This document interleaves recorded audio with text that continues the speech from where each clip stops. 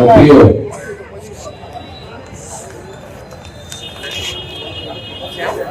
संपूर्ण महाराष्ट्रामध्ये नगरपालिका आणि महानगरपालिका यांच्या निवडणुका होत आहेत आणि संपूर्ण महाराष्ट्रामध्ये बहुजन मुक्ती पार्टीच्या माध्यमातून प्रत्येक ठिकाणी कॅन्डिडेट उभे करण्यात आलेले आहेत. त्याचप्रमाणे पुणे महानगरपालिकेमध्ये महानगरपालिकेच्या निवडणुका होत आहेत. या निवडणुकीमध्ये सुद्धा बहुजन मुक्ती पार्टीच्या माध्यमातून काही कॅन्डिडेट उभे करण्यात आलेले आहेत. त्यापैकी प्रभाग क्रमांक 21 मुकुंद नगर सॅलिसबरी पार्क या ठिकाणी शतायू भगडे ज्यांची निशाणी शिट्टी आहे ते बहुजन मुक्ती पार्टीच्या माध्यमातून आपल्या या मतदारसंघामध्ये निवडणूक लढत आहेत. तेव्हा त्यांना या निवडणुकीमध्ये पुणेमधील महत्वपूर्ण कार्यकर्ता म्हणून पक्षातर्फे तिकीट देण्यात आलेलं आहे. तेव्हा हे पक्षाचे अधिकृत उमेदवार आहेत.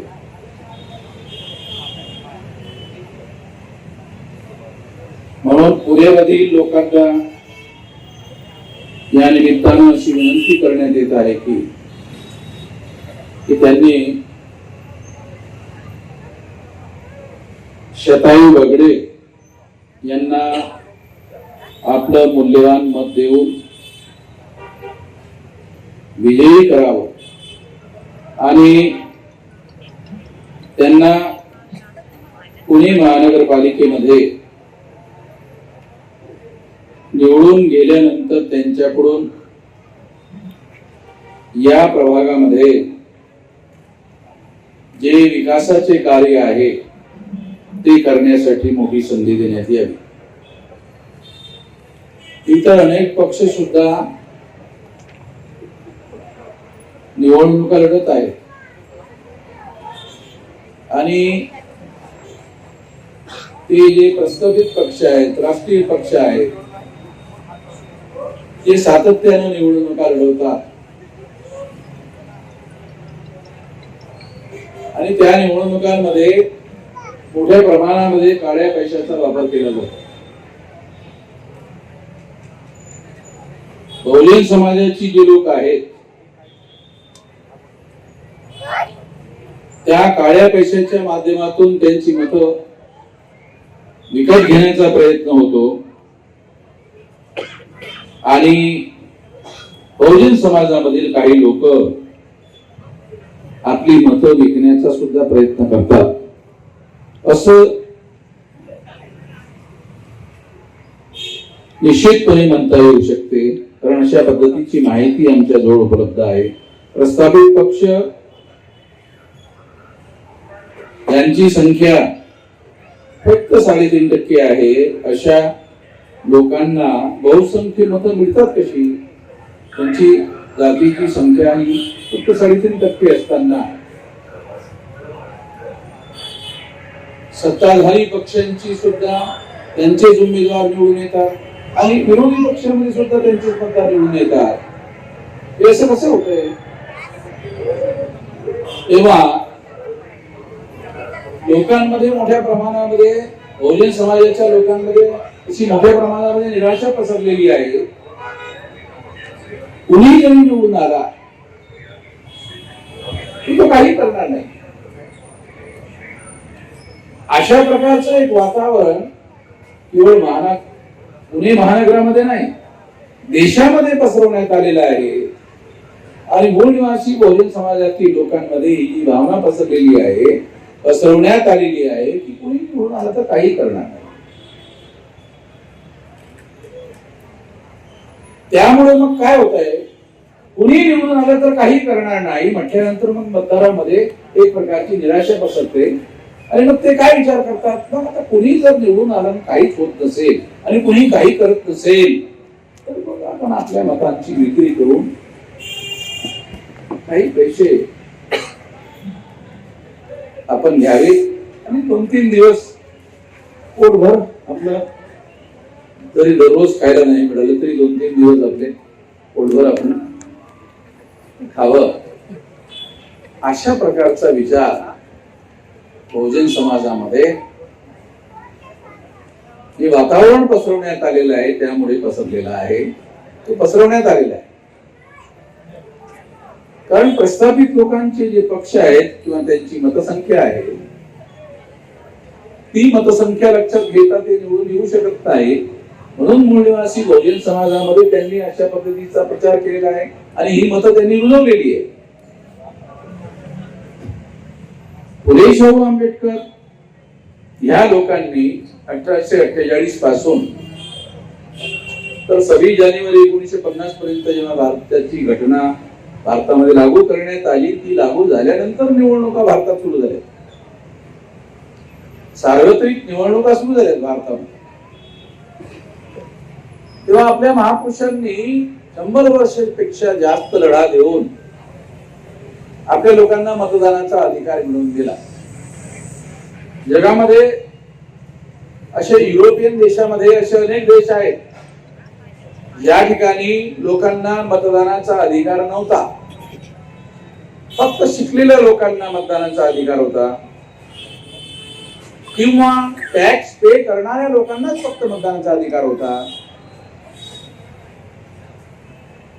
महिलांना मतदानाच्या अधिकारावर बंदी टाकण्यात आली होती, त्यांना अधिकारच नव्हता. फक्त पुरुषांना मतदानाचा अधिकार होता,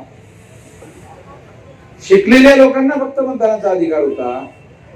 आणि शिकलेल्यामध्ये सुद्धा जे टॅक्स पे करतात फक्त त्याच लोकांना मतदानाचा अधिकार होता. तेव्हा बाबासाहेब आंबेडकरांनी असा विचार केला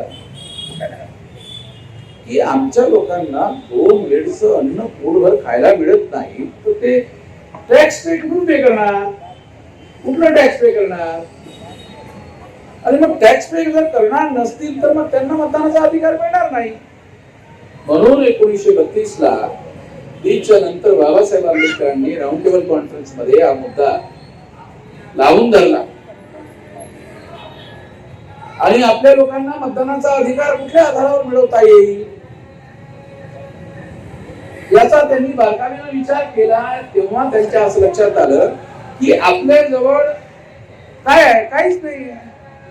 आपला जन्म होतो आणि आपलं वय वाढते, बाकी आपल्याजवळ काही नाही. मग त्यांनी असा विचार केला की आपल्याजवळ एक कसोटी आहे, वय. तुमच्यापैकी बहुसंख्य लोकांना ही गोष्ट माहित नाही, ज्यांना इतिहास माहित नाही, ज्यांनी इतिहासाचा अभ्यास केला नाही. म्हणून जगामध्ये कुठेही असं अस्तित्वात नसताना फक्त प्रौढ मतदान, म्हणजे जो व्यक्ती प्रौढ असेल त्यांना मतदानाचा अधिकार बहाल करण्यात येईल. आणि प्रौढ कोण असेल तर ज्याचं वय 21 वर्षाचं असेल त्याला प्रौढ मानण्यात येईल आणि त्याला मतदानाचा अधिकार देण्यात येईल. त्याचा तो शिकलेला असो की नसो, तो टॅक्स पेयर असो की नसो, फक्त तो त्या देशाचा नागरिक असला पाहिजे आणि त्याचं वय 21 वर्षाचं असलं पाहिजे. नंतर ते 18 वर्षाचं करण्यात आलं. सुरुवातीला ते 21 वर्षाचं होतं, नंतर ते 18 वर्षाचं करण्यात आलेलं आहे. पण यासाठी आपल्या महापुरुषांनी मतदानाचा अधिकार मिळवण्यासाठी 100 वर्षाचा लढा देण्यात आला. दुसऱ्या देशामध्ये स्त्रियांना मतदानाचा अधिकार नव्हता.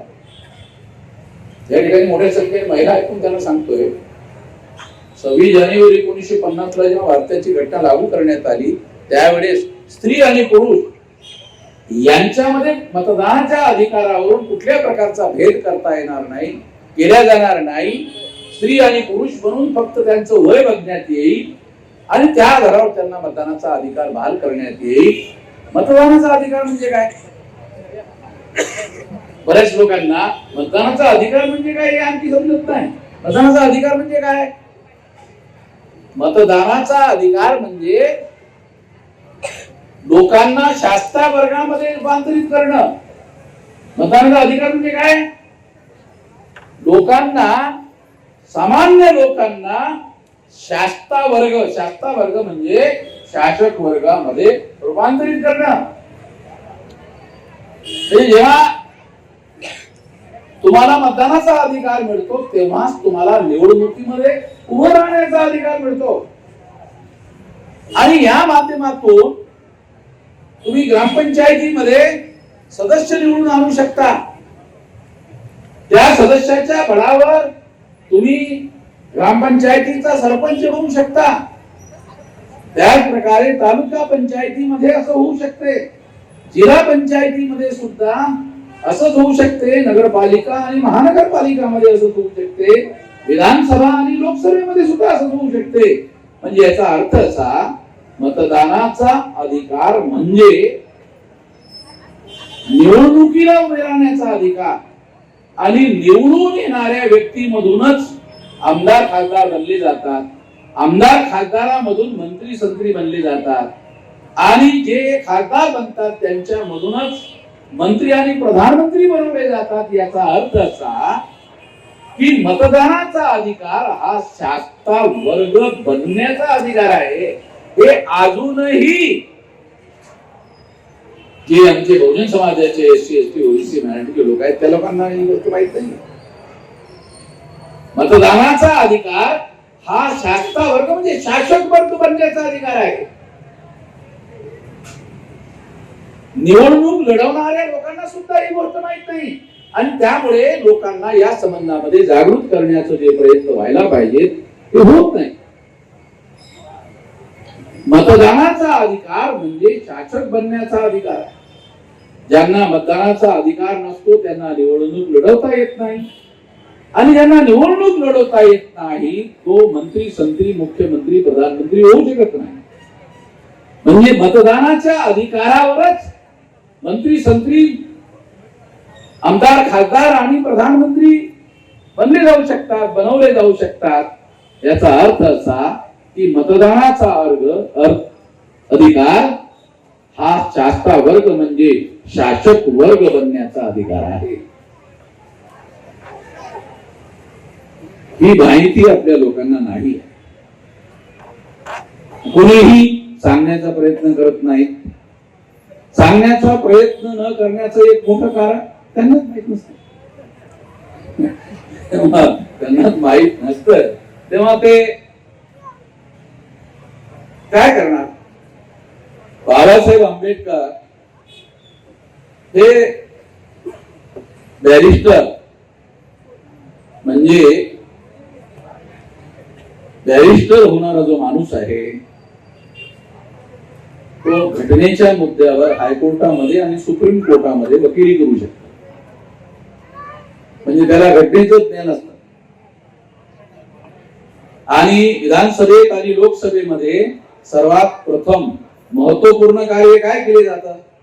पहिले नंबरचं कार्य काय आहे लोकसभेत आणि विधानसभेमध्ये?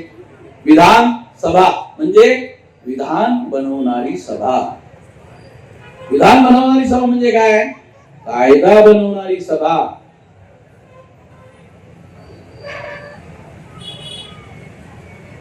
तेव्हा आपल्याला एक गोष्ट समजून आली पाहिजे की निवडणुका ह्या केवळ निवडणुका होण्यासाठी लोकशाहीमध्ये होत नाही, तर शास्त्रा वर्ग बनण्यासाठी निवडणुका घेतल्या जातात. आणि ज्यांना बहुमत मिळते त्यांना जनतेचा पाठिंबा आहे असं मानलं जाते, असं गृहीत धरलं जाते. मग बहुसंख्य लोकांची मतं खरेदी करून जर त्यांना बहुसंख्य मतं मिळाली तरी त्यांचं सुद्धा समर्थन त्या लोकांच्या पाठीमागं आहे असं मानलं जाते. परंतु जे लोक मतं विकतात आणि जे मतं खरेदी करतात त्यांना काही जनतेचा पाठिंबा नसतो. जे मतं विकतात आणि जे मतं खरेदी करतात त्यांच्यावर, त्यांच्या नावावर संख्या मतदानाची जमा होते, परंतु जनतेचा त्यांना पाठिंबा आहे असं म्हटलं जाऊ शकत नाही. म्हणून कायद्यामध्ये अशी तरतूद करण्यात आलेली आहे की निवडणुका ह्या फ्री, फेअर अँड ट्रान्सपरंट व्हायला पाहिजे. फ्री म्हणजे मुक्त व्हायला पाहिजे. फ्री मुक्त म्हणजे काय? भयमुक्त व्हायला पाहिजे, भ्रष्टाचार मुक्त व्हायला पाहिजे. परंतु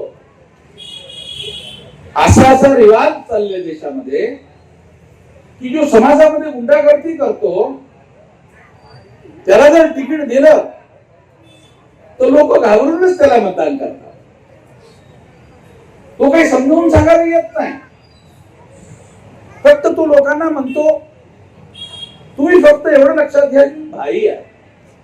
भाई म्हणजे तुम्हाला माहित असेल, भाई आपण समज भाऊ आहे. अरे भाई आणि भाऊ मध्ये फरक आहे. भाई म्हटलं की मग आपल्या लोकांच्या चटकन लक्षात येईल भाई म्हणजे कोण आहे. भाई म्हणजे भाऊ नाही. मग लोक असा विचार करतात, कशाला भांडण काय? एक तर मत आहे, कारण आपण त्या कुठल्याही झंझटीमध्ये पडायचं नाही म्हणून ते आपली मत देऊन टाकतात. तेव्हा ही लढाई आहे, लोकशाहीची लढाई आहे. 100 वर्षापेक्षा जास्त संघर्ष आपल्या महापुरुषांनी मतदानाचा अधिकार मिळवण्यासाठी केला. लक्षात घ्या, 100 वर्षापेक्षा जास्त आपल्या महापुरुषांनी मतदानाचा अधिकार मिळवण्यासाठी संघर्ष केला. एवढं वय फुले, शाहू, आंबेडकर एवढ्या लोकांनी आपलं जीवन यासाठी अर्पित केलं आणि त्यानंतर मताचा अधिकार मिळाला. तो मताचा अधिकार मत विकण्याचा अधिकार नाही आहे. आणि मग जर आपण मत विकून आपण मत विकले 100 रुपयामध्ये, 200 रुपयामध्ये, 500 रुपयामध्ये किंवा 1000 रुपयामध्ये समजा मत विकली, तुम्हाला त्याच्या विरोधामध्ये 5 वर्ष बोलण्याचा काही अधिकार नाही. आणि बोलला तर तो तुम्हाला कानामध्ये येऊन सांगेल, माहित आहे तुम्हाला,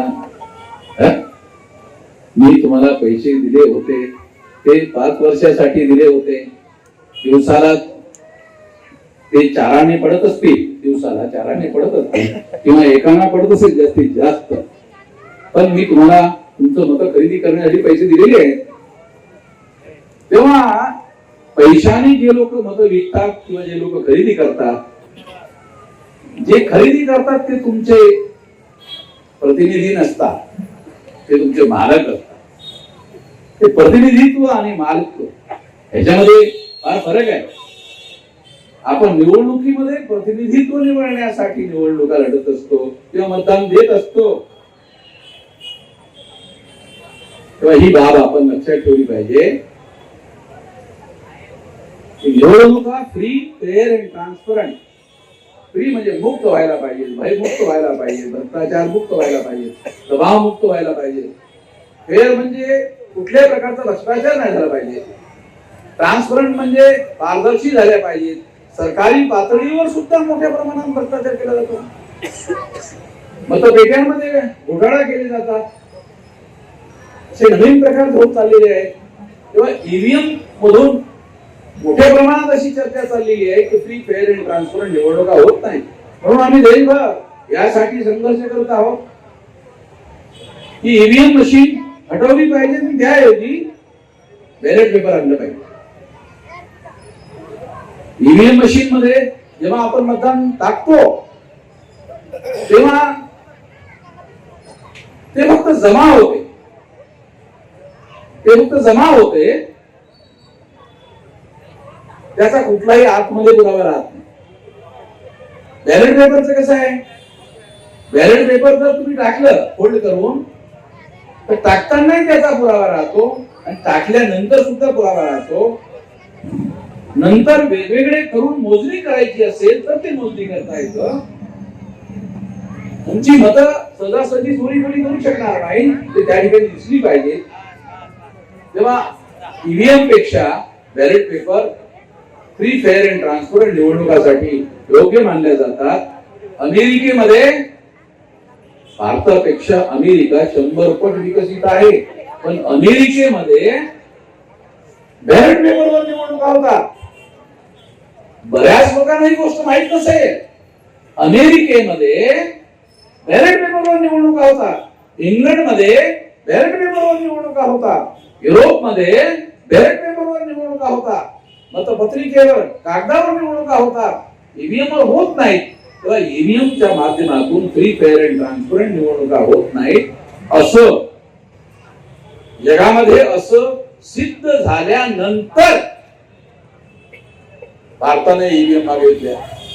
म्हणजे बदमाशीची एक मर्यादा असायला पाहिजे. जगात जेव्हा सिद्ध झालं की ईव्हीएमच्या माध्यमातून निवडणुका फ्री, फेअर अँड ट्रान्सपरंट होऊ शकत नाही, असं सिद्ध झाल्यानंतर इंदिरा गांधींनी ईव्हीएम मशीन भारतात आणलं. म्हणजे ईव्हीएम मशीनच्या माध्यमातून फ्री, फेअर अँड ट्रान्सपरंट निवडणुका होत नाही. आपला मतदानाचा जो अधिकार आहे, तो अधिकार जर आपण ज्यांना निवडून आणू इच्छितो तो निवडून येण्याच्या ऐवजी दुसराच कोणी निवडून येत असेल तर याचा अर्थ आपला प्रतिनिधी निवडण्याचा अधिकार ईव्हीएम मशीननी घालवलेला आहे. तेव्हा यासाठी सुद्धा एक वेगळी लढाई आपण देशभरामध्ये लढत आहोत आणि ही मोठ्या प्रमाणात लढाई लागणार आहे. पण तूर्त तुम्हाला पुणे महानगरपालिकेमध्ये आपला प्रतिनिधी निवडण्यासाठी प्रयत्न केला पाहिजे. शतायू बगडे हे अत्यंत सक्रियपणे काम करणारे कार्यकर्ते आहेत. तुमची लढाई लढणारे कार्यकर्ते आहेत. तुमचा म्हणून ज्याला माणूस म्हणता येईल तो माणूस म्हणून शतायू बगडे हे तुमचे कार्यकर्ते आहेत. तुम्हाला कधीही तुमचे प्रश्न सोडवण्यासाठी उपलब्ध राहतील. तेव्हा त्यांना तुम्ही मतदान दिलं पाहिजे. फुले शाहू आंबेडकरी चळवळीचा तो खंड एक कार्यकर्ता आहे, हे पण लक्षात घेतलं पाहिजे. तेव्हा फार जास्त या ठिकाणी बोलण्याची आणखी आवश्यकता आहे असं मला वाटत नाही. तुम्ही माझं म्हणणं शांतपणे ऐकून घेतला त्याबद्दल तुमचं सर्वांचं धन्यवाद देतो आणि पुन्हा एकदा शतायू बगडे यांना आपण मतदान कराल अशी अपेक्षा व्यक्त करतो. आपण माझं म्हणणं ऐकून घेतलं त्याबद्दल धन्यवाद देतो. धन्यवाद.